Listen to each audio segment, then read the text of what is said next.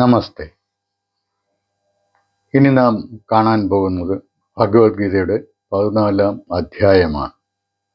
ഗുണത്രയ വിഭാഗ യോഗം എന്നാണ് ഈ അധ്യായത്തിൻ്റെ പേര്. 27 ശ്ലോകങ്ങളേ ഉള്ളൂ. അധ്യായത്തിലേക്ക് കടക്കുന്നതിന് മുമ്പ് ഒരു കാര്യം ഇവിടെ വ്യക്തമാക്കാൻ ഞാൻ ഉദ്ദേശിക്കുന്നു. എന്താണെന്ന് വെച്ച് കഴിഞ്ഞാൽ, ഞാൻ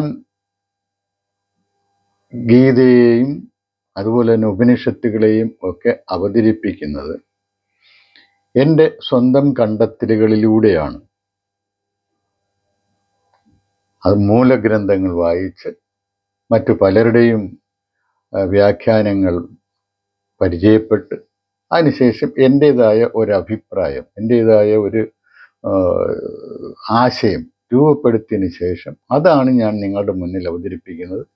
ഞാനിങ്ങനെ അവതരിപ്പിക്കുന്ന രീതിയിൽ മറ്റെവിടെയും നിങ്ങൾക്ക് കാണാൻ പറ്റുകയില്ല. അങ്ങനൊരു വ്യാഖ്യാനം നിങ്ങൾക്ക് മറ്റെവിടെയും കാണാൻ പറ്റുകയില്ല. പല കാര്യങ്ങളും മറ്റാചാര്യന്മാർ പറയാത്ത രീതിയിൽ ഞാൻ അവതരിപ്പിച്ചിട്ടുണ്ട്. ഇപ്പോൾ ഉപനിഷത്തുകളുടെ വരവിനെക്കുറിച്ച്, ഉപനിഷത്തുകളുടെ ഒറിജിനെക്കുറിച്ച് ഞാൻ പറഞ്ഞു. അതായത് ഈ പല ബ്രാഹ്മണങ്ങളിൽ നിന്നും ആരണ്യങ്ങളിൽ നിന്നൊക്കെ എടുത്ത ഉപനിഷത്തുകൾക്ക് ചില പ്രശ്നങ്ങളുണ്ട്. അതെല്ലാം ഞാൻ ചൂണ്ടിക്കാണിച്ചു. അതൊന്നും ഈ ആചാര്യന്മാർ ഇപ്പോഴേ എന്നെങ്കിലും പറഞ്ഞതായിട്ട് ഞാൻ കണ്ടിട്ടില്ല. ആരെങ്കിലും കണ്ടിട്ടുണ്ടെങ്കിൽ അത് വളരെ നല്ല കാര്യം. അതിന് കുഴപ്പങ്ങൾ എന്തൊക്കെയാണ്, അതുപോലെ ആത്മാവിനെ കുറിച്ചുള്ള, ആത്മാവ് സച്ചിദാനന്ദമാണെന്ന് പറയുന്നതിൽ ആ സത്തും ചിത്തും ആനന്ദവും എന്തിനെ കുറിക്കുന്നു, അതിൻ്റെ നമ്മുടെ ഭൗതികമായിട്ടുള്ള ഇംപ്ലിക്കേഷൻസ് എന്തൊക്കെയാണ്, ആത്മാവാണ് ഈ ഈശ്വരൻ എന്നുള്ളതിൻ്റെ ന്യായം എന്താണ്, അങ്ങനെയൊക്കെയുള്ള കാര്യങ്ങൾ ഞാൻ ഈ മൂലഗ്രന്ഥങ്ങൾ വായിച്ചു പഠിച്ചു. അതിനുശേഷം ഈ ആചാര്യന്മാരുടെ വ്യാഖ്യാനങ്ങൾ, പലരുടെയും വ്യാഖ്യാനങ്ങൾ ഞാൻ വായിച്ചിട്ടുണ്ട്. അതിൻ്റെയൊക്കെ അടിസ്ഥാനത്തിൽ രൂപപ്പെടുത്തിയെടുത്ത എൻ്റെ സ്വന്തം ആശയമാണ് ഞാൻ നിങ്ങൾക്ക് നൽകുന്നത്. ഇത് മറ്റാചാര്യങ്ങൾ ഇതുപോലെ പറഞ്ഞിട്ടില്ല എന്നുള്ളത് ഞാൻ ഇവിടെ വ്യക്തമാക്കാൻ ഉദ്ദേശിക്കുന്നു. അതുകൊണ്ട് നിങ്ങളും അതേപോലെ തന്നെ ഞാൻ പറയുന്നത് കേട്ട് അപ്പടി വിശ്വസിക്കണമെന്ന് ഞാൻ ഒരിക്കലും പറയില്ല. അങ്ങനെ വിശ്വസിക്കരുത്. നിങ്ങളും നിങ്ങളുടെ വേറെ പല വ്യാഖ്യാനങ്ങളും നോക്കുക. നിങ്ങളുടെ സ്വന്തം യുക്തിയിൽ തോന്നുന്ന കാര്യങ്ങൾ സ്വീകരിക്കുക, സ്വീകാര്യമെന്ന് തോന്നുന്ന കാര്യങ്ങൾ സ്വീകരിക്കുക. അല്ലെങ്കിൽ യുക്തി വിചാരത്തിൽ പരാജയപ്പെട്ടു പോവുകയാണെങ്കിൽ തള്ളിക്കളയുക. ഇതാണ് എനിക്ക് നിങ്ങളോട് പറയാനുള്ളത്. ഞാൻ അങ്ങേയറ്റം യുക്തിചിന്ത പാലിക്കാൻ എൻ്റെ പഠനത്തിലും അതുപോലെ തന്നെ ഈ പ്രസൻറ്റേഷനുകളിലും ശ്രദ്ധിച്ചിട്ടുണ്ട്.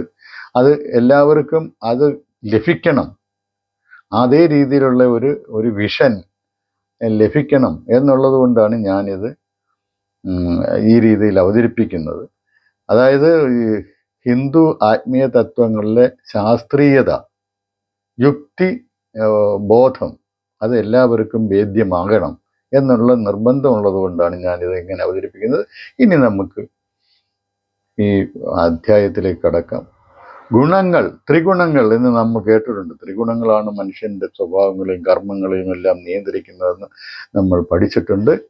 ആ ത്രിഗുണങ്ങൾ എന്താണ്, അതിനെക്കുറിച്ചാണ് ഇതിനകത്ത് പറയുന്നത്. വളരെ പ്രധാനപ്പെട്ട ഒരു അധ്യായങ്ങളിലൊന്നാണ് ഈ 14-ാം അധ്യായം, ഗുണത്രയ വിഭാഗ യോഗം. ഗുണം എന്ന് പറഞ്ഞു കഴിഞ്ഞാൽ എന്താണ് ഗുണം? വാസ്തവത്തിൽ അല്ലാതെ തന്നെ അധ്യായത്തിലേക്ക് കിടക്കുന്നതിന് മുമ്പ് തന്നെ നമുക്ക് സ്വതന്ത്രമായിട്ടൊന്ന് ചിന്തിച്ച് നോക്കാം. നമ്മൾ മനുഷ്യർ പല രീതിയിലുള്ള, ഒരേ അച്ഛൻ്റെ മക്കൾ തന്നെ പല രീതിയിലുള്ള സ്വഭാവത്തോടു കൂടിയവരായിരിക്കും. അവരുടെയൊക്കെ താല്പര്യങ്ങൾ വ്യത്യസ്തമാണ്. അവരുടെയൊക്കെ ഈ വെളിയിൽ ചുറ്റും നടക്കുന്ന കാര്യങ്ങളോടുകൂടെ അവരുടെ സമീപനം വ്യത്യസ്തമായിരിക്കും. ആ സംഭവങ്ങൾ അവരിലുണ്ടാക്കുന്ന പ്രതിഫലനം വ്യത്യസ്തമായിരിക്കും. അവരിൽ നിന്ന് പുറത്തേക്ക് വരുന്ന പ്രതികരണങ്ങളും എല്ലാം വ്യത്യസ്തമായിരിക്കും. പക്ഷെ ഒരേ കരുവിൽ നിന്ന് കിട്ടിയ സാമഗ്രികളാണ് അവരിലുള്ളത് എന്ന് നമുക്കറിയാം. ഒരേ അച്ഛൻ്റെ അമ്മയുടെ മക്കളല്ലേ, എന്നിട്ട് ഒരേ കരു, അതാണോ കരുക്കൾ, അവരിൽ നിന്ന് രൂപപ്പെടുന്ന ഒരു കരുവാണുള്ളത്. ആ ഒരേ കരുവിൽ നിന്ന് രൂപപ്പെടുന്ന ഈ ശരീരങ്ങളിൽ ഇതുപോലെ ഇങ്ങനെ വ്യത്യസ്തത പ്രതികരണങ്ങളിലും പ്രതിഫലനങ്ങളിലും ചിന്തകളിലും അതുപോലെ തന്നെ എല്ലാ കാര്യങ്ങളിലും താല്പര്യങ്ങളിലും എല്ലാം ഇങ്ങനെ വ്യത്യസ്ത വരാൻ എന്താണ് കാരണം? അപ്പോൾ ഓരോരുത്തർക്കും, ഓരോ വ്യക്തിയും മറ്റൊരു വ്യക്തിയിൽ നിന്ന് വ്യത്യസ്തനാണ്. ഒരു സംഭവം ഉണ്ടായിക്കഴിഞ്ഞാൽ 100 പേരും അത് വീക്ഷിക്കുകയാണെങ്കിൽ 100 പേർക്കും 100 തരത്തിലുള്ള അഭിപ്രായങ്ങളായിരിക്കും. ചിലപ്പോൾ സാമ്യം, ചില ആളുകളുടെ വീക്ഷണങ്ങൾ തമ്മിൽ സാമ്യം കാണുമായിരിക്കും, പക്ഷെ വ്യത്യസ്തതയുണ്ട്. എന്തുകൊണ്ട് ഈ വ്യത്യസ്തത വരുന്നു? അപ്പം 100 പേരും 100 രീതിയിൽ ചിന്തിക്കണമെന്നുണ്ടെങ്കിൽ അവരിൽ 100 പേരിലും വ്യത്യസ്തമായി അടങ്ങിയിരിക്കുന്ന ചില ഘടകങ്ങൾ അവരിൽ ഉണ്ടായിരിക്കണം. അത് തീർച്ചയായിട്ടും ഈ ആത്മാവിൽ നിന്ന് വരാനുള്ളതല്ല. അതായത് ഇതിനെയൊക്കെ നിലനിർത്തുന്ന ഇതിൻ്റെയൊക്കെ ഒറിജിനായിട്ടുള്ള ആ പരമമായ തത്വത്തിൽ നിന്ന് വരുന്നതായിരിക്കത്തില്ല. അതെല്ലാം എല്ലാത്തിലും തുല്യമായിട്ടായിരിക്കും. അതിൻ്റെ സാന്നിധ്യം എല്ലാത്തിലും തുല്യമായിരിക്കും എന്ന് നമ്മൾ പഠിച്ചിട്ടുണ്ട്. തുല്യമായിട്ടായിരിക്കും എല്ലാത്തിലും അതുണ്ടാവുക. അപ്പോൾ ഒരു കടൽ വെള്ളത്തിലെ ഉപ്പെന്ന് പറയുന്നത് എല്ലായിടത്തും തുല്യമായിരിക്കും. അല്ല ഒരിടത്ത് ഇച്ചിരി ഉപ്പ് കൂടുതൽ അങ്ങനെയൊന്നും വരത്തില്ല. പിന്നെ വ്യത്യാസം വരുമെന്ന് പറഞ്ഞാൽ ഏതെങ്കിലും മാലിന്യങ്ങൾ വന്ന് ചേരുന്ന ഒരു സ്ഥലം ഉണ്ടാകും, അവിടെ മാലിന്യങ്ങൾ കൂടുതലായിരിക്കും. അങ്ങനെയൊക്കെയുള്ള വ്യത്യാസങ്ങൾ. അതുപോലെ തന്നെ ശരീരത്തിൻ്റെ വ്യത്യാസം കൊണ്ടാണ്.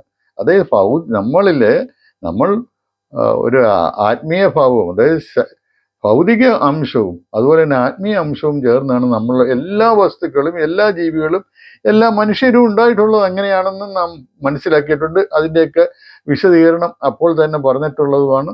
ഈ 13-ാം അധ്യായത്തിലാണ്, തൊട്ട് മുന്നത്തെ അധ്യായത്തിലാണ് അത് പറഞ്ഞിട്ടുള്ളത്. ഇങ്ങനെയാണെങ്കിൽ ആത്മാംശത്തിൽ ഒരു മാറ്റവും വരുന്നില്ല. അപ്പോൾ മാറ്റം വരുന്നത് എവിടെയാണ്? ഭൗതികാംശത്തിലാണ്. അതിലെന്ത് മാറ്റമാണ് വരുന്നത്? ഓരോരുത്തർക്കും ആകൃതിയിൽ മാത്രമല്ല, പ്രകൃതിയിലും വ്യത്യാസം വരുന്നു എന്നുള്ളതാണ്. പ്രകൃതി എന്ന് പറഞ്ഞാൽ അവരുടെ സ്വഭാവത്തിൽ, അവരുടെ രീതികളിൽ വ്യത്യാസം വരുന്നത് എങ്ങനെയാണ്? അപ്പോൾ തീർച്ചയായിട്ടും അവരുടെ ഈ ഭൗതിക അംശത്തിൽ ചില പ്രത്യേക ഘടകങ്ങൾ അവരുടെ ഈ കാര്യങ്ങളെ, പ്രതിഫലനങ്ങൾ, അവരെ സ്വീകരിക്കുന്നതിനും അവരിൽ നിന്ന് പുറത്തു വരുന്നതുമായിട്ടുള്ള കാര്യങ്ങളെ നിയന്ത്രിക്കുന്ന ചില ഘടകങ്ങൾ തീർച്ചയായിട്ടും ഉണ്ടാവും. ആ ഘടകങ്ങളെയാണ് ഗുണങ്ങൾ. ഗുണങ്ങൾ എന്ന് പറഞ്ഞാൽ അവൻ്റെ ഗുണം അവൻ കാണിച്ചു എന്ന് പറയത്തില്ല നമ്മൾ, അത് തന്നെ ഗുണം. പക്ഷെ ഇത് ഒരു സാങ്കേതിക പദമായിട്ടാണ് ആത്മീയ തത്വശാസ്ത്രത്തിൽ സ്വീകരിച്ചിട്ടുള്ളത്. ആ ഗുണങ്ങൾ എന്ന് പറഞ്ഞാൽ 3 തരത്തിലുള്ള, എല്ലാ ഗുണങ്ങളെയും ചേർത്ത് അത് 3 തരത്തിലുള്ള ഗുണങ്ങളായിട്ട് വിഭജിച്ചിട്ടുണ്ട്. ആ 3 തരങ്ങളിലുള്ള ഗുണങ്ങൾ, ത്രിഗുണങ്ങളുടെ സ്വാധീനത്താലാണ് ഓരോരുത്തരും വ്യത്യസ്തമായിട്ട് ചിന്തിക്കുകയും വ്യത്യസ്തമായിട്ട് പറയുകയും പ്രവർത്തിക്കുകയും ചെയ്യുന്നത്. അതെങ്ങനെ? 3 ഗുണങ്ങളല്ലേ ഉള്ളൂ. അപ്പം എല്ലാവരിലും ഒരുപോലെയല്ലേ, അല്ല ഒരു ഗുണമുള്ളവരിൽ എല്ലാവരും ഒരുപോലെയല്ലേ പ്രവർത്തിക്കേണ്ടത്? അങ്ങനെയല്ല, 3 ഗുണങ്ങളും എല്ലാവരിലും ഉണ്ട്. അതിൻ്റെ അനുപാത വ്യത്യാസം വരും എന്നുള്ളതാണ്. ഒരാളിൽ അനന്തമായിരിക്കുമല്ലോ 3 ഗുണങ്ങളിൽ നിന്ന് ഒരു വ്യത്യസ്തമായിട്ടുള്ള അനുപാതങ്ങളിൽ ഒരു വീതം വെച്ച് കഴിഞ്ഞാൽ, അല്ലെങ്കിൽ അങ്ങനെ നമ്മൾ അതിനെ ഓരോരോ രീതികളിൽ ഓരോരോ വ്യക്തികൾക്ക് വ്യത്യസ്തമായ അനുപാതത്തിൽ കൊടുത്തു കഴിഞ്ഞാൽ അനന്തമായിട്ടുള്ള വ്യത്യസ്തമായിട്ടുള്ളൊരു ഐഡന്റിറ്റീസ് നമുക്ക് കിട്ടും. അത് ഉറപ്പാണ്. അപ്പൊ ഇത് ഒരാളിൽ കുറച്ച് 3 ഗുണങ്ങൾ എന്താണെന്ന് ഞാൻ പറയും: സത്വഗുണം, രജോ ഗുണം, തമോ ഗുണം. അപ്പം സത്വഗുണം ഒരാളിൽ ഇച്ചിരി കൂടുതൽ കൊടുത്തു, പിന്നെ രജോ ഗുണം കുറച്ച് കൊടുത്തു, പിന്നെ തമോ ഗുണം അതിനേക്കാൾ കുറച്ച് കൊടുത്തു. അപ്പൊ അങ്ങനെയാണെങ്കിൽ അത് ഒരാളിനുള്ള ആ അനുപാതമല്ല മറ്റൊരാൾക്കുള്ളത്. ഫിംഗർ പ്രിന്റ് പോലെ വളരെ വ്യത്യസ്തമായിട്ടുള്ള അനുപാതം. ഒരു വ്യക്തിയിൽ നിന്ന് മറ്റൊരു വ്യക്തിയിലേക്ക് ഫിംഗർ പ്രിന്റ് എങ്ങനെ വ്യത്യാസപ്പെടുന്നുവോ അതുപോലെ വ്യത്യാസപ്പെട്ട ഒരു ത്രിഗുണ അനുപാതമാണ് ഓരോ വ്യക്തിക്കുമുള്ളത് എന്ന് വേണം നാം മനസ്സിലാക്കാൻ. ആ ത്രിഗുണ അനുപാതമാണ് അയാളുടെ അയാളുടെ താല്പര്യങ്ങൾ, അയാളിൽ ഉണ്ടാക്കുന്ന പ്രതിഫലനങ്ങൾ, അയാളുടെ പ്രതികരണങ്ങൾ, അയാളുടെ ഇഷ്ടം, അയാളുടെ ഒരു പ്രവർത്തനത്തിനുള്ള ഔത്സുക്യം, ഇതിനെല്ലാം സ്വാധീനിക്കുന്നത് ആ ത്രിഗുണങ്ങളുടെ അനുപാതമാണ്. അതിനനുസരിച്ചാണ് അയാൾ എല്ലാം ചെയ്യുന്നത്. അതിന് വിധേയപ്പെട്ടുകൊണ്ടാണ് അയാളുടെ കർമ്മങ്ങളെല്ലാം ഉണ്ടാകുന്നത്.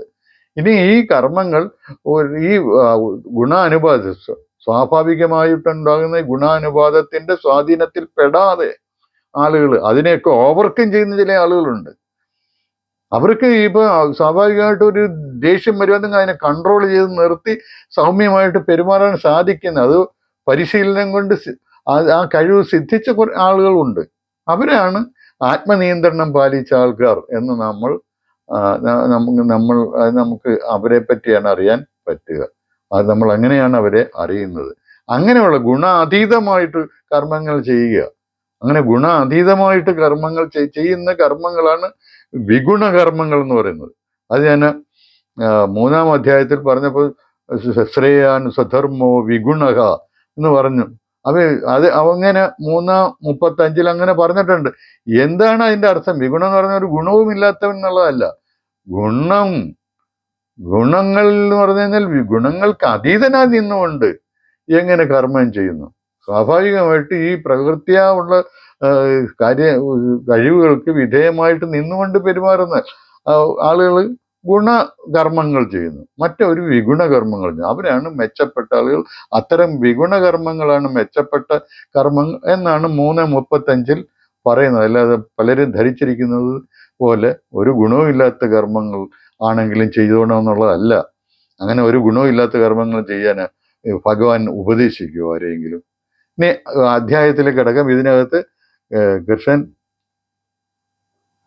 കൃഷ്ണൻ പറയുന്നത്, ഇനിയും നിന്നോട് ഞാൻ പല കാര്യങ്ങളും എനിക്ക് പറയാനുണ്ട്, ഞാനത് പറയാം. എൻ്റെ ആദ്യം പറയുന്നതെന്ന് പറഞ്ഞു കഴിഞ്ഞാൽ, എൻ്റെ മമയോ നിർമഹത് ബ്രഹ്മ തസ്മിൻ ഗർഭം ദധാമ്യഹം സംഭവ സർവഭൂതാനാം തതോ ഭവതി ഭാരത. എന്നുവെച്ചാൽ മഹത് ബ്രഹ്മമാണ് എൻ്റെ യോനി. എന്ന് വെച്ചാൽ ഞാൻ സൃഷ്ടി നടത്തുന്നത് മഹത് ബ്രഹ്മത്തിലാണ്. ഈ മഹത് ബ്രഹ്മം എന്ന് പറയുന്നത് എന്താണ്? ബ്രഹ്മത്തിന്റെ വികാസ അവസ്ഥയിലുള്ള രൂപമാണ് മഹത് ബ്രഹ്മം. മഹത് എന്ന് പറഞ്ഞാൽ വികസിക്കുക എന്നുള്ള അർത്ഥമാണ്. അപ്പോൾ വികാസ അവസ്ഥയിലുള്ള രൂപമാണത്. അപ്പം ആത്മാവ് ഭൗതിക ലോക സൃഷ്ടിക്കായിട്ട് ഒരുങ്ങുമ്പോൾ ഈ പ്രകൃതിയെ ഉദ്ദീപിക്കുന്നു. അപ്പോഴാ പ്രകൃതിയും ആത്മാവും ചേരുന്ന ആ ദ്വന്ദ്വത്തിനാണ് ബ്രഹ്മം എന്ന് പറയുന്നത്. അത് വികസിച്ചാണ് ഈ പ്രപഞ്ചം ഉണ്ടാകുന്നത്. അത് വികസിക്കുമ്പോൾ അതിനുവേണ്ടി എന്താണ് ആത്മാവ് ചെയ്യുന്നത്? ഭഗവാൻ ഈശ്വരൻ ചെയ്യുന്ന എന്താണ്? തന്നിലടങ്ങിയിട്ടുള്ള ആ എല്ലാ ജീവികളുടെയും എല്ലാ വസ്തുക്കളുടെയും ബീജങ്ങൾ ഓരോന്നായിട്ട് ആ പ്രകൃതിയിലേക്ക് കൊടുക്കുകയാണ്. അതാണ് മഹത് ബ്രഹ്മത്തിലേക്ക് എൻ്റെ ബീജം ഞാൻ കൊടുക്കുന്നു. അങ്ങനെയാണ് എല്ലാ ഭൂതങ്ങളും ഉണ്ടാകുന്നത് എന്ന് പറയുന്നത്. സംഭവ സർവഭൂതാനാം തതോ ഭവതി ഭാരത സർവയോനിഷു കൗന്ദേയ മൂർത്തയ സംഭവന്തിയാഹ താസാം ബ്രഹ്മ മഹത് യോനി അഹം ബീജപ്രദ പിതാ. അത് ഞാൻ പ്രദാനം ചെയ്യുന്ന പിതാവാണ്.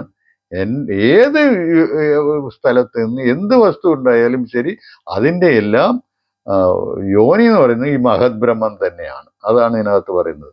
ഇനി പറയുന്നത്, അപ്പൊ അങ്ങനെ വന്നതിന് ശേഷം, അങ്ങനെ പിറന്നതിന് ശേഷം അതിലുള്ള ചില ക്വാളിറ്റീസിന്റെ കാര്യമാണ്, അതിലുള്ള പ്രത്യേകതയാണ് സത്വരജസ്തമോ തമ ഇതി ഗുണാപ്രകൃതി സംഭവാഹ നിബധ്നന്തി മഹാബാഹോ ദേഹേ ദേഹിനമവ്യയം. ഇത് നമ്മളിപ്പം പറഞ്ഞ കാര്യം തന്നെയാണ് ഗുണങ്ങളെ കുറിച്ചുള്ളത്. ആ ഗുണങ്ങളെ കുറിച്ചുള്ള കാര്യങ്ങൾ ഇതിനകത്ത് അവതരിപ്പിക്കുന്നത് എങ്ങനെയാണെന്ന് മാത്രമാണ് നമ്മുടെ ഈ ശ്ലോകങ്ങളിലൂടെ നോക്കുന്നത്. അതിന്റെ ആശയം ഞാൻ ആദ്യം തന്നെ പറഞ്ഞു കഴിഞ്ഞു. സത്വരജസ്തമ ഇതി ഗുണ പ്രകൃതി സംഭവാഹ. പ്രകൃതിയിൽ നിന്നാണ് ഇതെല്ലാം ഉണ്ടാക്കിയത്. അത് ഞാൻ നേരത്തെ പറഞ്ഞു. നിമജ്ഞന്തി മഹാബാഹു ദേഹി ദേഹിനം അവ്യയം. ദേഹിനം എന്ന് വെച്ചാൽ ആത്മാവ്, ദേഹത്തോടു കൂടിയ ആത്മാവാണ് ദേഹി. ദേഹിൻ എന്നാണ് അതിന് പറയുന്നത്. ദേഹി എന്ന് മലയാളത്തിൽ നമ്മൾ പറയുന്നതാണ്. ദേഹിനം അവ്യയം. ദേഹത്തിൽ ദേഹിയെ, ആത്മാവിനെ ബന്ധിപ്പിക്കുന്നു എന്നാണ് പറഞ്ഞിരിക്കുന്നത്. അതൊരു ആലങ്കാരിക പ്രയോഗമാണ്. കാരണം ചിലപ്പോൾ സൂര്യനെ മേഘങ്ങൾ ബന്ധിച്ചു എന്നാണ് നമ്മൾ പറയുന്നതെന്ന് ഇരുന്നോട്ടെ, അതുപോലെയുള്ള ഒരു പ്രയോഗമാണിത്. മേഘങ്ങൾ മറയ്ക്കുന്നു, അത്രയേ ഉള്ളൂ. അപ്പൊ സൂര്യന്റെ പ്രകാശം നമുക്ക് കിട്ടുന്നില്ല. അതാണ്, അങ്ങനെയാണ് ദേഹിയെ ബന്ധിപ്പിക്കുന്നു. ഏതാണ്? ഈ 3 ഗുണങ്ങൾ. തത്ര സത്വം. ഇനി സത്വഗുണത്തെ കുറിച്ച് പറഞ്ഞു. അത് നിർമ്മലത്വാത് പ്രകാശകം അനാമയം. തത്ര സത്വം നിർമ്മലത്വാത് പ്രകാശകം അനാമയം സുഖസംഗേന ബധ്നാതി ജ്ഞാനസംഗേന ചാനഘ. ജ്ഞാനവും അതുപോലെ തന്നെ സുഖവും കൊണ്ടാണ് ഏത് സത്വ ഗുണം ഈ ദേഹിയെ ബന്ധിപ്പിക്കുന്നത്. അതാണ് ഇവിടെ പറയുന്നത്, ജ്ഞാനവും സുഖവും കൊണ്ട്. അപ്പം സത്വം എന്ന് പറഞ്ഞാൽ നിർമ്മലത്വാ പ്രകാശകമനാമയം. നിർമ്മലമായിട്ടുള്ള, അത് ഏറ്റവും ഈ നമ്മൾ ഒരു കാര്യം ആലോചിച്ചാൽ മതി. ഒരു ഉദാഹരണം പറഞ്ഞു കഴിഞ്ഞാൽ, ഒരു ദീപം കത്തിച്ച് വെച്ചിട്ട് അതിന് ചുറ്റും, ഞാൻ കഴിഞ്ഞ ദിവസം ഒരു ഉദാഹരണം പറഞ്ഞാണ്, 13-ാം അധ്യായം പറഞ്ഞത്. അതിന് ചുറ്റും നമ്മൾ ഒരു പേപ്പറോ അതുപോലെ ഗ്ലാസ്സോ വെച്ച് മറച്ചു കഴിഞ്ഞാൽ ഏറ്റവും ട്രാൻസ്പെറൻ്റ് ആയിട്ടുള്ള ഒരു ഗ്ലാസ്സോ അല്ലെങ്കിൽ പേപ്പറോ ആണെങ്കിൽ ആ ആത്മചൈതന്യത്തിൻ്റെ മറവുകളാണ്, ആവരണങ്ങളാണ് നമ്മുടെ ഈ ഭൗതിക ദേഹം. അതാണ് നമ്മൾ കാണേണ്ടത്. ആത്മ ചൈതന്യത്തെ മറയ്ക്കുന്ന ആവരണങ്ങളാണ് ഈ ഭൗതിക ദേഹങ്ങൾ. അപ്പൊ ആ ദേഹങ്ങൾ നിർമ്മലമാണെങ്കിൽ, അതായത് ഈ ദീപത്തെ മറയ്ക്കുന്ന ഗ്ലാസ് അല്ലെങ്കിൽ പേപ്പർ നിർമ്മലമാണെങ്കിൽ തീർച്ചയായിട്ടും ആ പ്രകാശം കൂടുതൽ വെളിയിലേക്ക് വരും, കൂടുതൽ പ്രകാശകമായിരിക്കും ആ ശരീരം. അത് എന്ന് വേണം പറയാൻ. അപ്പൊ അങ്ങനെ കൂടുതൽ പ്രകാശത്തെ പുറത്തേക്ക് വിടുന്ന ആ പേപ്പറാണ്, അത് പേപ്പറിന് തുല്യമായിട്ടുള്ള. അതുപോലാണ് ഈ സത്വഗുണം എന്ന് പറഞ്ഞാൽ ആത്മ ചൈതന്യത്തെ കൂടുതൽ പ്രകാശിപ്പിക്കുന്നതാണ്. അതാണ് ഇവിടെ പറയുന്നത്. പ്രകാശകം, അനാമയം, അതിനഴുക്കൊന്നും പറ്റത്തില്ല എന്നർത്ഥം. നിർമ്മലത്വ പ്രകാശകം അനാമയം, അത് ശുദ്ധമായിട്ടുള്ള ട്രാൻസ്പെറൻ്റ് ആണെന്നർത്ഥം. ഇനി തമോ ഗുണമാണെങ്കിലോ വളരെ ഡാർക്കായിട്ടുള്ള പേപ്പറാണ്, വളരെ കുറച്ച് ഈ ആത്മീയ ചൈതന്യം പുറത്തേക്ക് വരുന്നുള്ളൂ.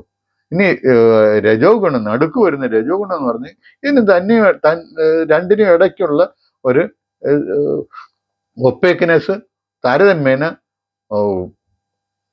സത്വരജത്തേക്കാൾ കൂടുതലും എന്നാൽ തമോ ഗുണത്തേക്കാൾ കുറവുമായിട്ടുള്ള ഒരു ഗുണമാണ്. അപ്പൊ ഇങ്ങനെ 3 തരത്തിലുള്ള കവറുകൾ കൊണ്ട്, പേപ്പറുകൾ കൊണ്ട് പൊതിഞ്ഞിട്ടുള്ള ഒരു ദീപമായിട്ട് ആത്മാവിനെയും അതുപോലെ തന്നെ അതോട് കൂടിയുള്ള ഈ ശരീരത്തെയും നമ്മൾ കണ്ടാൽ മതി. 3 എണ്ണം എന്ന് പറഞ്ഞാൽ 3 എണ്ണം ഇങ്ങനെ ഒന്നിനു പിറകെ ഒന്നായിട്ട് ഒട്ടിച്ച്, ഒരു ഭാഗത്ത് ട്രാൻസ്പെറൻ്റ് ആണെങ്കിൽ മറുഭാഗത്ത് വളരെ ഒപ്പേക്കായിട്ടുള്ളത്, വേറൊരു ഭാഗത്ത് ഈ സെമി ട്രാൻസ്പെറൻ്റ് ആയിട്ടുള്ള. അപ്പൊ അങ്ങനെ ഇരിക്കുകയാണെന്നിരുന്നിട്ട് അങ്ങനെ ഒരു കവറ്. അപ്പൊ ഇത് ഓരോരുത്തരിലും എന്തോ പറ്റുന്നതെന്ന് വെച്ച് കഴിഞ്ഞാൽ, ചില ആളുകളിൽ ട്രാൻസ്പെറൻ്റ് ആയിട്ടുള്ള പേപ്പർ വളരെ കൂടുതലായിരിക്കും, അപ്പോൾ അതിനനുസരിച്ച് മറ്റുള്ളത് കുറയും. ഇനി ചില ആളുകൾ ഈ ഒപ്പേക്കായിട്ടുള്ളത് വളരെ കൂടുതലായിരിക്കും, അപ്പോൾ അതിനനുസരിച്ച് മറ്റുള്ളതെല്ലാം കുറയും. ചിലപ്പോൾ സത്വഗുണം, അതായത് വളരെ ഒപ്പേക്കായിട്ടുള്ളത് വളരെ കൂടുതലായിരിക്കും, അവരുടെ ട്രാൻസ്പെറൻ്റ് ആയിട്ടുള്ളത് വളരെ കുറവായിരിക്കും. അപ്പൊ അങ്ങനെയുള്ള വ്യത്യാസം. അപ്പോൾ അതാണ് ഞാൻ അനുപാതം എന്ന് പറഞ്ഞത്. ആ അനുപാത വ്യത്യാസം വരും. ഇനി വേറൊരു കാര്യം മനസ്സിലാക്കാൻ എന്നുള്ള പറഞ്ഞാൽ, ഇത് ഒരാൾക്ക് ട്രാൻസ്പെറൻ്റ് പേപ്പർ മാത്രമല്ല ഉള്ളതെന്ന് മനസ്സിലാക്കണം. 3 ഉണ്ട്, അനുപാതത്തിലുള്ള വ്യത്യാസമുള്ളൂ. പിന്നെ എല്ലാവരിലും ഈ ട്രാൻസ്പെറൻസി ഉള്ള വ്യക്തികളിൽ എപ്പോഴും അത് തന്നെയാണ് പ്രവർത്തിക്കുന്നതെന്നും പറയാൻ പറ്റത്തില്ല. അയാളിലും പ്രവർത്തിക്കും ഒപ്പേക്കായിട്ടുള്ളത്. ചില സന്ദർഭങ്ങളിൽ അയാളിലും ആ ഒപ്പേക്ക്നെസ് നമുക്ക് കാണാൻ പറ്റും, നടുക്കുള്ളതും കാണാൻ പറ്റും, സെമി ട്രാൻസ്പെറൻ്റ് ആയിട്ടുള്ളതും നമുക്ക് കാണാൻ പറ്റും. അപ്പൊ ഇത് 3 ഗുണങ്ങളും എല്ലാവരിലും ഉണ്ട്. അത് ഓരോ സന്ദർഭത്തിനനുസരിച്ച് പ്രത്യേക രീതിയിൽ അത് ചിലപ്പം അത് വിവൃത്തമാകും, എന്നാണ് പറയുന്നത്, വെളിവാകും. ഇനി ഇതിനകത്ത് ഇത് നോക്കാം. സത്വം, തമശ്ച അജ്ഞാനജം ഇല്ലേ, വേറെ ഒരെണ്ണങ്ങളുണ്ടല്ലോ. രജോ രാഗാത്മകം വിത്തി, രജസിനെ കുറിച്ച് രാഗാത്മകം വിത്തി, തൃഷ്ണാസംഗ സമുദ്ഭവം, തൃഷ്ണയിൽ നിന്നും തൃഷ്ണയും സംഘവും ഒക്കെ ഉണ്ടാക്കുന്നതാണത്. രാഗാത്മകമാണ് അത്. ഈ മറ്റുള്ള കാര്യങ്ങളിലേക്ക് നമുക്ക് ഒരു അഭിനിവേശം ഉണ്ടാക്കുന്നതാണ്. അത് തൃഷ്ണയും സംഘവും ഉണ്ടാക്കുന്നു. അത് ബന്ധിപ്പിക്കുന്നത് എങ്ങനെയാണ്? കർമ്മസംഘം കൊണ്ടാണ്. അപ്പൊ തൃഷ്ണ ഉണ്ടായിക്കഴിഞ്ഞാൽ തീർച്ചയായിട്ടും അത് കിട്ടാൻ വേണ്ടി പ്രവർത്തിക്കുകയുള്ളൂ. കർമ്മസംഘമാണ്. കർമ്മസംഘേന ബധ്നാതി. തമസ്തു അജ്ഞാനജം വിത്തി, അജ്ഞാനത്തെ ഉണ്ടാക്കുന്നതാണ് തമസ്. മോഹനം സർവദേഹിനാം, അജ്ഞാനത്തിൽ നിന്നുണ്ടാകുന്നതാണ് തമസ്.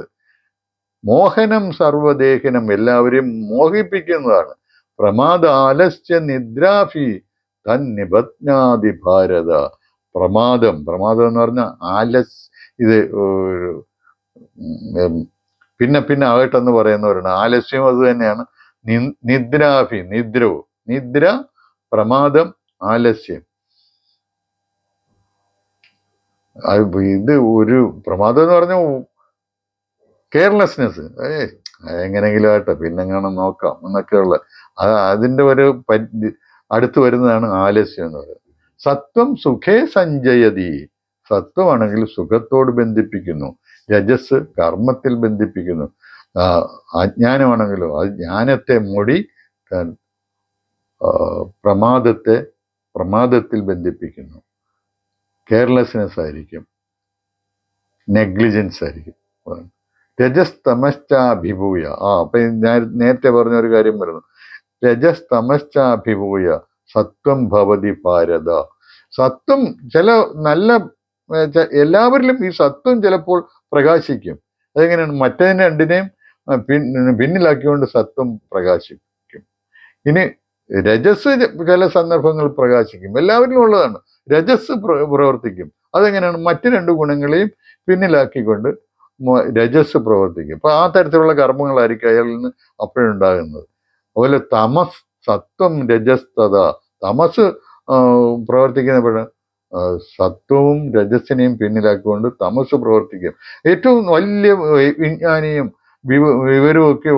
വിവരമുള്ളവനും ആയ ഒരാള് ചിലപ്പോൾ വളരെ മോശമായിട്ട് പെരുമാറുന്നത് നമുക്ക് കാണാം. ചില കാര്യങ്ങൾ അയാൾ വളരെ മോശമായിട്ട് ചിന്തിക്കുന്നത് നമുക്ക് കാണാം. അതിന് കാരണം ഇതാണ്, അയാളിൽ അപ്പോൾ തമോ ഗുണമാണ് പ്രവർത്തിക്കുന്നത് നമുക്ക് കൃത്യമായിട്ട് പറയാം. അത് ഇവിടെ തന്നെ പറയുന്നുണ്ട്. അത് സർവദ്വാരേഷു ദേഹേസ്മിൻ പ്രകാശ ഉപജായതേ ജ്ഞാനം യഥാ തഥാ വിദ്യാത് വിവൃദ്ധം സത്വമിത്യുത. എങ്ങനെയാണ് സത്വഗുണമാണ് ഒരാളിൽ പ്രവർത്തിക്കുന്നത് പറഞ്ഞ്? അയാളിൽ മൊത്തമായിട്ടൊരു തെളിച്ചം കാണും. അയാളുടെ അറിവിന്റെ തെളിച്ചമാണ് കാണുക. അപ്പൊ അങ്ങനെയാണെങ്കിൽ നമുക്ക് വിചാരിക്കാം അയാൾ ഇപ്പോൾ സത്വം ഏറ്റവും നികൃഷ്ടമായിട്ടുള്ള ഒരു ജീവി തന്നെ, ഒരാൾ തന്നെ ഈ ചില സന്ദർഭങ്ങളിൽ ഏറ്റവും മനുഷ്യപ്പറ്റായിട്ട് പെരുമാറാറുണ്ടല്ലോ. നമുക്കതൊക്കെ നിത്യജീവിതത്തിൽ അനുഭവമുള്ള കാര്യമാണല്ലോ. ഏറ്റവും നികൃഷ്ടമായിട്ടുള്ള, ഏറ്റവും വെറുക്കപ്പെടേണ്ട ആളാണെങ്കിലും ചില കാര്യങ്ങൾ അയാൾ വളരെ കാരുണ്യവാനായിട്ട് കാണപ്പെടുന്നുണ്ട്. വളരെ കാരുണ്യ പ്രവർത്തികൾ അയാൾ ചെയ്യുന്നതായിട്ട് നമ്മൾ കാണുന്നുണ്ട്. അതുപോലെയാണ് അങ്ങനെ നമുക്ക് കാണാൻ പറ്റും. അപ്പോൾ അയാളിൽ സത്വഗുണമാണ് അയാൾ പ്രവർത്തിക്കുന്നവർ. ലോഹപ്രവൃത്തിരാരംഭ കർമ്മണാം അശമസ്പൃഹ രജസ്യേതേതി ജായന്തേ വിവൃദ്ധേ ഭരതർഷഭ. അതായത് എന്തെങ്കിലും ലോഭം എന്ന് പറഞ്ഞാൽ ആരുടെങ്കിലും ഇരിക്കുന്നത് വേണമെന്നുള്ള ഒരു ആഗ്രഹം, ആ ലോഭം, അതുപോലെ തന്നെ പ്രവൃത്തി, അതുപോലെ കർമ്മത്തിൽ നമ്മൾ ആകർഷരാകുക, ഇതൊക്കെ ഉണ്ടെങ്കിൽ അത് തീർച്ചയായിട്ടും അയാളിൽ രജസ്സാണ് അപ്പോൾ പ്രവർത്തനം നടത്തുന്നത് എന്ന് നമുക്ക് മനസ്സിലാക്കാം. അപ്രകാശോ അപ്രവൃത്തിശ്ച പ്രമാദോ മോഹ ഏവച തമസ്യേതാനി ജായന്തേ വിവൃദ്ധേ കുരുനന്ദന. അപ്രകാശ, അതായത് യാതൊരു തെളിച്ചമില്ല. ഇപ്പം സത്വഗുണമെങ്കിൽ നല്ല ജ്ഞാനത്തിന്റെ ഒരു തെളിച്ചം അയാൾ കാണും. പിന്നെ ഒന്നും ചെയ്യുന്നുമില്ല, വെറുതെ ഇങ്ങനെ കെയർലെസ് ആയിട്ട് നടക്കുക, നെഗ്ലിജന്റ് ആയിട്ട് നടക്കുക. അങ്ങനെയാണെങ്കിൽ അയാളിൽ അപ്പോൾ തമോ ഗുണമാണ് പ്രവർത്തിക്കുന്നത് നമുക്ക് മനസ്സിലാക്കാൻ പറ്റും. സത്വഗുണം അത് പ്രവർത്തിച്ചുകൊണ്ടിരിക്കുമ്പോൾ ഒരാള് അതിൽ തന്നെ അങ്ങ് ഉറച്ചു നിന്ന് കഴിഞ്ഞാൽ അയാള് അമലമായിട്ടുള്ള ലോകത്തെ പ്രാപിക്കും എന്ന് ഇതിനകത്ത് പറയുന്നത്. എന്ന് വെച്ചാൽ സത്വഗുണം ഒരാളിൽ ഉറച്ചു കഴിഞ്ഞാൽ അയാൾ ചെന്നെത്തുന്ന അമലമായിട്ടുള്ള, നല്ല ശുദ്ധമായിട്ടുള്ള നല്ല ജീവിത അനുഭവങ്ങളായിരിക്കും അയാൾക്ക് പിന്നീട് ഉണ്ടാകുന്നത്. അതുപോലെ രജം തെളിഞ്ഞു നിൽക്കുമ്പോൾ ഒരാള് രജസി പ്രളയം ഗത്വ കർമ്മസംഗീഷു ജായതേ എന്ന് വെച്ചാൽ ഇതിന്റെ അർത്ഥം, പദത്തിന്റെ അർത്ഥം പറയുകയാണെങ്കിൽ രജസ് തെളിഞ്ഞു നിൽക്കുമ്പോൾ ഒരാള് അയാൾക്ക് വിലയം സംഭവിച്ചാൽ അയാൾ കർമ്മസംഗമായിട്ടുള്ള ഒരാളായിട്ട് ജനിക്കും എന്നാണ്. അയാൾ അങ്ങനെ ഉള്ളപ്പോൾ മരിച്ചാൽ അയാൾ കർമ്മ ആഭിമുഖ്യമുള്ള ഒരാളായിട്ട് ജനിക്കും എന്നാണ് ഇതിനകത്ത് പറയുന്നത്. പക്ഷെ അങ്ങനെയല്ല നമ്മൾ മനസ്സിലാക്കേണ്ടതെന്ന് പറഞ്ഞാൽ ആ രജോ ഗുണം തെളിഞ്ഞിരിക്കുന്ന അവസ്ഥയിൽ അയാൾ അതിൽ തന്നെ ഉറച്ചു നിന്ന് കഴിഞ്ഞാൽ അയാൾ കർമ്മോന്മുഖനായിട്ടുള്ള ഒരു മനുഷ്യനായിട്ട് മാറും എന്നാണ് നമ്മൾ മനസ്സിലാക്കേണ്ടത്. കാരണം എന്ന് പറഞ്ഞാൽ മറ്റേ വ്യാഖ്യാനം വേറെ നമ്മൾ ആദ്യം പഠിച്ച നമ്മൾ ആത്മാവാണല്ലോ, ഒരേ ഒരു ആത്മാവാണ്. ആത്മാവ് ജനിക്കുന്നില്ല, മരിക്കുന്നില്ല. പിന്നെ അത് മാത്രമല്ല, ആത്മാവിലേക്ക് ഇതൊന്നും ഇവിടെ ചെയ്ത കാര്യങ്ങളൊന്നും രേഖപ്പെടുത്തി വെച്ചുകൊണ്ട് അങ്ങോട്ട് പോകുന്നുമില്ല എന്നും നമുക്ക് പറയാം. ഇനി വേറെ ചില ആളുകൾ പറയുന്നുണ്ട് ആത്മാവല്ല പോകുന്നത്, അതെന്താണ് സൂക്ഷ്മ ശരീരമാണ് പോകുന്നത്. അതൊക്കെ വിഡ്ഢിത്തമാണ്. കാരണം എന്താണ്, സൂക്ഷ്മ ശരീരം എന്താണ്? സൂക്ഷ്മ ശരീരം ഈ ഭൗതിക ശരീരത്തെ, ഈ സ്ഥൂല ശരീരത്തെ ആസ്പദമാക്കി മാത്രം പ്രവർത്തിക്കുന്ന കാര്യങ്ങളാണ്. ഇന്ദ്രിയങ്ങളും അതുപോലുള്ള കാര്യങ്ങളാണ്. അതൊന്നും രണ്ടാമത്തേക്ക് പോകുന്ന മനസ്സ്, ബുദ്ധി, അത് കർമ്മ അന്ധകരണങ്ങളും ഇന്ദ്രിയങ്ങളും ഒക്കെ ചേർന്നതാണെന്നാണ് സൂക്ഷ്മ ശരീരത്തെക്കുറിച്ച് പറയുന്നത്. അതൊന്നും ഈ ഭൗതിക സ്ഥൂല ശരീരത്തിൽ നിന്ന് വിട്ടുപോകുന്നില്ല. സ്ഥൂല ശരീരം അതും പോയി. അപ്പൊ അതൊക്കെ തെറ്റാണ്. ആ രീതിയിലുള്ള വ്യാഖ്യാനങ്ങൾ തെറ്റാണ്. അതുകൊണ്ട് നമ്മൾ ഈ രീതിയിൽ തന്നെ മനസ്സിലാക്കണം. അതായത് രജസ് തെളിഞ്ഞേക്കുന്ന സമയത്ത് ഒരാൾ അതിൽ തന്നെ ഉറച്ചു നിന്ന് കഴിഞ്ഞാൽ തീർച്ചയായിട്ടും അയാൾ കർമ്മോന്മുഖനായിട്ടുള്ള ഒരു മനുഷ്യനായിട്ട് മാറും. അതായത് പിന്നെ തമസ് തെളിഞ്ഞേക്കുമ്പോഴാണെങ്കിലോ അയാള് മൂഢയോനിഷു ജായതേ, മൂഢയോനിഷു എന്ന് വെച്ചാൽ അയാൾ മൂഢനായിട്ട് പോകും എന്നർത്ഥം.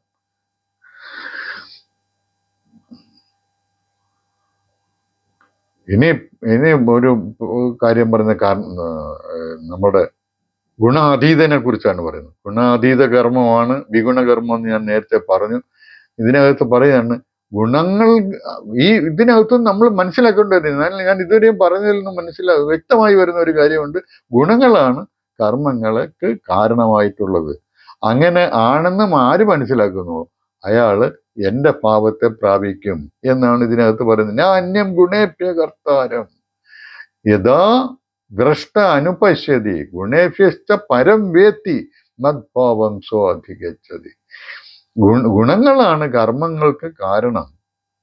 സാക്ഷി അല്ലെങ്കിൽ കർത്താവായിട്ടുള്ളത് ഗുണങ്ങളാണ് എന്ന് ആര് മനസ്സിലാക്കുന്നുവോ ഗുണങ്ങൾക്ക് അതീതമായിട്ടുള്ള എന്നെ ആര് കാണുന്നു അവൻ എൻ്റെ ഭാവത്തിൽ വരും എന്നുള്ളത്, എന്നെ പ്രാപിക്കും.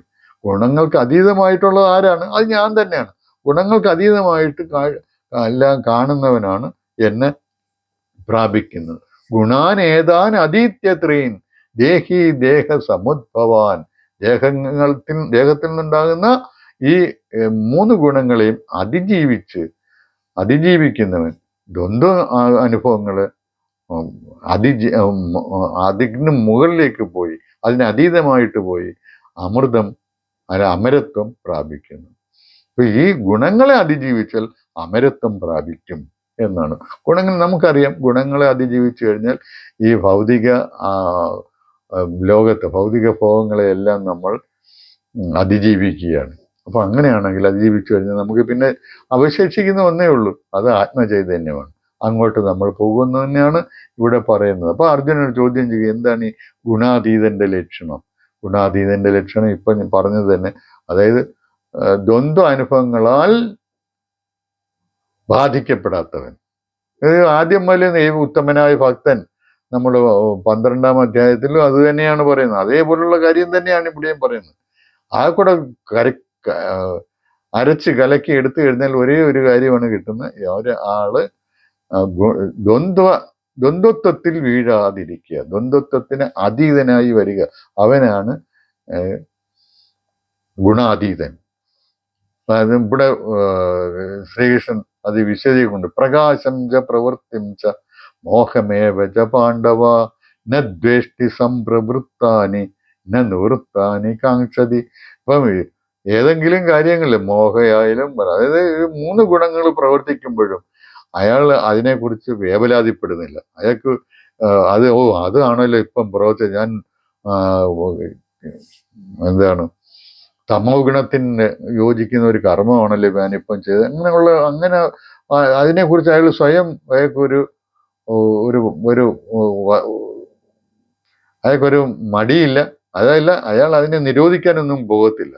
അതതിനകത്തുള്ള അതങ്ങനെ ഒരു വഴിക്ക് നടക്കട്ടെ എന്ന് വിചാരിക്കുക. അയാൾ അതിനെക്കുറിച്ച് അയാൾക്ക് വലിയ ഉത്കണ്ഠയൊന്നുമില്ല. ഉദാസീനോ ഗുണയോ ന വിചാല്യതേ ഗുണവർത്തന്ത ഇതിയേവ യോ അവതിഷ്ഠതി നേങ്കതി. അതാണ്, അയാൾ അതിനൊന്നും ഉത്സാഹിക്കുന്നില്ല. എങ്ങനെയാണ്? ഉദാസീനനായിട്ട് അയാൾ ഇരിക്കും. ആ ഉദാസീന സമീപനമാണ് അയാൾക്ക് ഈ കാര്യങ്ങളോടുള്ളത്. ഗുണങ്ങളിൽ പ്രവർത്തിക്കുന്നതാണെന്നുള്ള ബോധത്തോടുകൂടി അയാൾ അതിലൊന്നും ഏർപ്പെടാതെ ഉദാസീനനായിട്ടിരിക്കും. ആ ഉദാസീനത എന്ന് പറഞ്ഞു കഴിഞ്ഞാൽ ദ്വന്ദ്വത്വത്തിന് അതീതമായിട്ടുള്ള മനോഭാവം. അതാണ് അയാൾക്ക്. അങ്ങനെയുള്ളവനാണ് ഗുണാതീതൻ. സമദുഃഖ സുഖ സ്വസ്ഥക, അത് പറഞ്ഞു നോക്കണം. എല്ലാം സമമായിട്ട് കാണുക. സമലോഷ്ട അശ്മ കാഞ്ചന, കല്ലും മണ്ണും എല്ലാം അയാൾക്ക് തുല്യമാണ്. സുഖദുഃഖങ്ങളും തുല്യമാണ്. തുല്യ പ്രിയ അപ്രിയോ ധീരക, പ്രിയവും അപ്രിയവും എല്ലാം തുല്യമാണ്. അങ്ങനെയുള്ള ധീരനായിട്ടുള്ള, അതായത് വിവേകിയായിട്ടുള്ള മനുഷ്യൻ തുല്യ നിന്ദ ആത്മ സംസ്തുതിയെ, സ്തുതിയെയും നിന്ദയെയും തുല്യമായിട്ട് കാണും. മാന അപമാനയോസ്തുല്യ തുല്യോ മിത്ര അരിപക്ഷയോഹോ, അതായത് മാനമാകട്ടെ അപമാനമാകട്ടെ, അതുപോലെ തന്നെ മിത്രങ്ങളാകട്ടെ ശത്രുക്കളാകട്ടെ എല്ലാവരെയും തുല്യമായിട്ടാണ് അയാൾ കാണുക. സർവാരംഭ പരിത്യാഗി ഗുണാതീത സൗച്യത. സർവാരംഭ പരിത്യാഗി എന്ന് പറയുന്നത് സർവകർമ്മങ്ങളെയും ഉപേക്ഷിച്ചവൻ എന്ന് വെച്ചാൽ തനിക്ക് ആഗ്രഹങ്ങളൊന്നുമില്ല. അപ്പൊ പിന്നെ തനിക്ക് കർമ്മം ചെയ്യേണ്ട കാര്യമില്ല. ഗുണങ്ങളിൽ നിന്ന് താൻ മാറിയിരിക്കുന്നു എന്നർത്ഥം. ഗുണങ്ങളാണ് കർമ്മങ്ങളെ ഉണ്ടാക്കുന്നത്. അപ്പം ഗുണങ്ങളിൽ നിന്ന് താൻ വിട്ടുമാറിയിരിക്കുന്നത്. അപ്പം തനിക്ക് കർമ്മം ചെയ്യേണ്ട കാര്യമില്ല. പിന്നെയും അയാൾ കർമ്മം ചെയ്യണമെന്നാണ് കൃഷ്ണൻ പറയുന്നത്. എന്തിനു വേണ്ടി? ലോകസംഗ്രഹത്തിനുണ്ട്. അയാൾക്ക് വേണ്ടി കർമ്മം ചെയ്യേണ്ട കാര്യമൊന്നുമില്ലെന്ന്. മാം ചയോ അവ്യഭിചാരേണ ഭക്തി യോഗേന സേവതേ, എന്നെ, ഇത് മാത്രമല്ല, എന്നെ ഭക്തിയോഗത്തോടുകൂടി എന്നെ ഉപാസിക്കുന്നവനായിരിക്കുന്നു. സ ഗുണാൻ സമതീത്യൈതാൻ ബ്രഹ്മഭൂയായ കൽപ്പതേ. അങ്ങനെയുള്ളവൻ ഈ ദ്വന്ദ്വാതീത്വം നേടണം. അതുപോലെ തന്നെ എന്നെ അനന്യമായ ഭക്തിയോടുകൂടി അവ്യഭിചാരമായിട്ടുള്ള ഭക്തി എന്ന് വെച്ചാൽ മാറിപ്പോകാത്ത ഭക്തിയോടുകൂടി എന്നെ ഉപാസിക്കണം. അങ്ങനെ ഉള്ളവൻ ഈ 3 ഗുണങ്ങളെയും അതിജീവിച്ച് ബ്രഹ്മം ഭൂയായ കൽപ്പത എന്ന് വെച്ചാൽ അവൻ ബ്രഹ്മത്തെ പ്രാപിക്കാൻ യോഗ്യനായി തീരും എന്നർത്ഥം. എന്നിട്ട് ഇതാണ് ഇപ്പൊ 26 ശ്ലോകങ്ങൾ. ഇനി 27ാമത്തെ ലാസ്റ്റ് ഒരു ശ്ലോകമാണ്. അപ്പൊ ഇത് ബ്രഹ്മഭൂയായ കൽപ്പ, അവൻ ബ്രഹ്മത്തെ പ്രാപിക്കാൻ അർഹനായി തീരുമെന്ന്. ബ്രഹ്മം എന്ന് പറഞ്ഞാൽ എന്താണ്? ബ്രഹ്മണോഹി പ്രതിഷ്ഠാകം. ബ്രഹ്മം ഇരിക്കുന്നത് എന്നിലാണ് എന്നർത്ഥം. ബ്രഹ്മത്തിന്റെ സ്ഥാനം ഞാനാണ്. ബ്രഹ്മണോഹി പ്രതിഷ്ഠാകം. ഇതാണ് ഞാൻ നേരത്തെ പറഞ്ഞത്. ബ്രഹ്മവും ആത്മാവും തമ്മിൽ അതായത് ഐഡന്റിക്കൽ അല്ല, ഒന്നിന്റെ പര്യായപദമല്ല മറ്റേത് എന്നുള്ളത് നമ്മൾ മനസ്സിലാക്കണം. അതാണ് ഈ ഉപനിഷത്തുകളിൽ നിന്ന് നമുക്ക് കിട്ടുന്നത്. ഇപ്പം എന്താ കൃഷ്ണൻ ഭഗവത്ഗീതയിലും അത് തന്നെ വ്യക്തമാക്കുന്നു. ഉപനിഷത്തുകൾ പല ആവൃത്തി അത് പറയുന്നുണ്ട്. ബ്രഹ്മവും അതുപോലെ തന്നെ ആത്മാവും തമ്മിലുള്ള ആ സൂക്ഷ്മമായ വ്യത്യാസത്തെക്കുറിച്ച് പറയുന്നത് ഒന്നല്ല എന്നുള്ള രീതിയിൽ തന്നെ പറയുന്നുണ്ട്. എന്നാൽ ബ്രഹ്മം ആത്മാവാണെന്ന് തറപ്പിച്ച് പറയുന്ന മന്ത്രങ്ങളും ഉണ്ട്. പക്ഷെ അതെങ്ങനെയാണ്? ഉടുപ്പിട്ട ആത്മാവാണ് ബ്രഹ്മം. ഉടുപ്പെന്ന് പറഞ്ഞാൽ എന്താണ്? ഭൗതികമായ ആവരണം അണിഞ്ഞ ആത്മാവാണ് ബ്രഹ്മം. അതും ഉപനിഷത്തുകൾ കൃത്യമായിട്ട് പറയുന്നുണ്ട്. അപ്പം ബ്രഹ്മണോഹി പ്രതിഷ്ഠാഹം അമൃതസ്യ അവ്യയസ്യ ശാശ്വതസ്യ ധർമ്മസ്യ സുഖസ്യ ഏകാന്തികസ്യ ബ്രഹ്മണോഹി പ്രതിഷ്ഠാഹം. ബ്രഹ്മത്തിന്റെ പ്രതിഷ്ഠ ഞാനാണ്.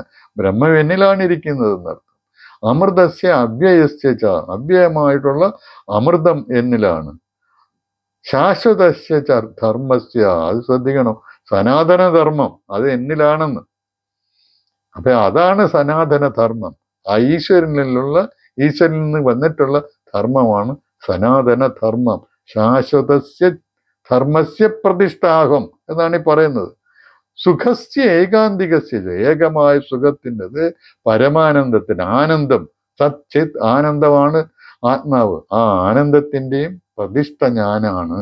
എന്നിലാണ് ഇതെല്ലാം ഉണ്ടാകുന്നത്. അപ്പോൾ സനാതന ധർമ്മം എന്നിൽ നിന്നുണ്ടായിട്ടുള്ളതാണ്. അത് ഈ മനുഷ്യര് സ്ഥാപിച്ചതൊന്നുമല്ല. ബൃഹദാരണ്യോപനിഷത്ത് 1:4-11 മുതൽ 14 വരെയുള്ള ആ വാക്യങ്ങളിൽ ഇത് 14ാമത്തെ വാക്യത്തിൽ ഇത് കൃത്യമായിട്ട് പറയുന്നുണ്ട്. ഞാൻ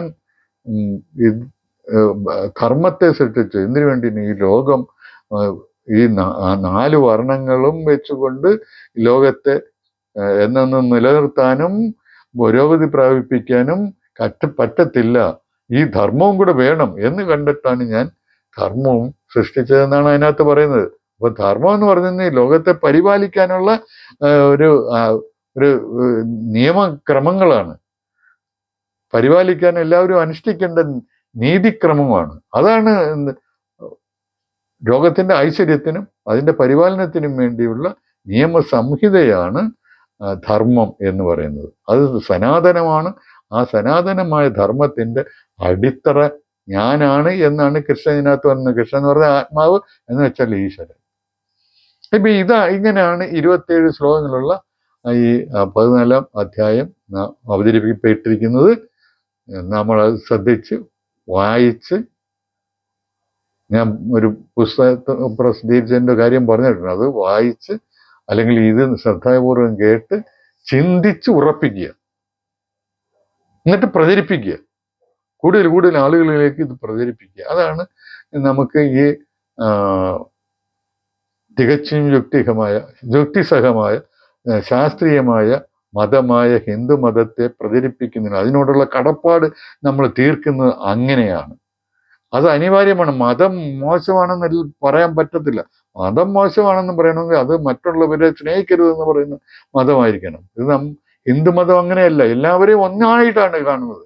ഒരേ ഒരു ചൈതന്യത്തിൽ നിന്ന് ഉണ്ടായി വന്ന, ഒരേ ഒരു ചൈതന്യത്താൽ ഭരിക്കപ്പെടുന്ന, അവസാനം ആ ചൈതന്യത്തേക്ക് തന്നെ ചെന്നെത്തുന്ന ആളുകളായിട്ടാണ്, ജീവികളായിട്ടാണ്, വസ്തുക്കളായിട്ടാണ് എല്ലാത്തിനെയും ഈ പ്രപഞ്ചത്തെ മുഴുവൻ കാണുന്നത്. അവർക്ക് ഒന്നിനെയും വെറുക്കാൻ പറ്റത്തില്ല. ആ ഒരു ആശയം അതാണ് ഏറ്റവും ശാസ്ത്രീയമായിട്ടുള്ള, ഏറ്റവും മനുഷ്യത്വപരമായിട്ടുള്ള. മനുഷ്യൻ മതം കളയും, മനുഷ്യനാവും എന്നൊക്കെ പറഞ്ഞ് കുറെ ആൾക്കാർ ഇറങ്ങി നടക്കുന്നുണ്ട്. അവർക്ക് കാര്യങ്ങൾ അറിഞ്ഞുകൂടാ, അജ്ഞന്മാരാണ് അവർ. അതുകൊണ്ടാണ് അവരെങ്ങനെ പറയുന്നത്. ഏറ്റവും വലിയ മനുഷ്യത്വം എന്ന് പറയുന്നത് ഈ നമ്മുടെ പൂർവികർ, നമ്മുടെ പൗരാണിക ഋഷിമാര് പറഞ്ഞു വെച്ചിട്ടുള്ള കാര്യമാണ്. അവര് മനുഷ്യത്വത്തെ ദർശിച്ച ആളുകളാണ്. അതിനു വേണ്ട കാര്യങ്ങൾ എന്താണ്, അതിനു വേണ്ട ജീവിത രീതികൾ എന്തൊക്കെയാണ് എന്ന് നിഷ്കർഷിച്ചിട്ടുള്ള, എന്ന് നമുക്ക് പറഞ്ഞു തന്നിട്ടുള്ള ആൾക്കാരാണ്. അവര് പറഞ്ഞ വാക്കുകൾ നമ്മൾ സ്വീകരിക്കുക. അല്ലെങ്കിൽ ഈ പൊട്ടബുദ്ധിക്കാരുടെ കാര്യങ്ങളുടെ പുറകിൽ പോകാതിരിക്കുക. അങ്ങനെ പലരും പറയും ഹിന്ദു ആകണ്ട, ക്രിസ്ത്യാനി വേണ്ട, മുസ്ലിം വേണ്ട, മനുഷ്യനായ മതി എന്നൊക്കെ പറഞ്ഞ് കുറെ ആൾക്കാർ ഇങ്ങനെ നടപ്പുണ്ട്. അവർക്കൊന്നും ഇവരൊന്നും ഇതൊന്നും പഠിച്ചിട്ടില്ല. അത് അതിനകത്തുള്ള ബൈബിൾ പഠിക്കണം, ഖുർആൻ പഠിക്കണം, അതുപോലെ തന്നെ ഹിന്ദു ആത്മീയ തത്വങ്ങൾ പഠിക്കണം. അതായത് ഉപനിഷത്തുകളും ഗീതയും ഒക്കെ ശാസ്ത്രീയമായിട്ട് യുക്തിസഹമായിട്ട് പഠിക്കണം. അങ്ങനെ പഠിക്കുന്നവർക്ക് ഇതിനെ വിലയിരുത്തി പറയാൻ പറ്റത്തുള്ളൂ.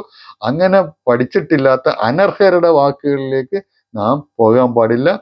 ദയവായി നിങ്ങൾ ഹിന്ദു മതത്തോടുള്ള, ഈ ശാസ്ത്രീയ മതത്തോടുള്ള, മതേതര മതത്തോടുള്ള ഈ കടപ്പാട് നിങ്ങൾ നിർവഹിക്കണം. ഇത് കൂടുതൽ ആളുകളിലേക്ക് ഇത് പ്രചരിപ്പിക്കണം.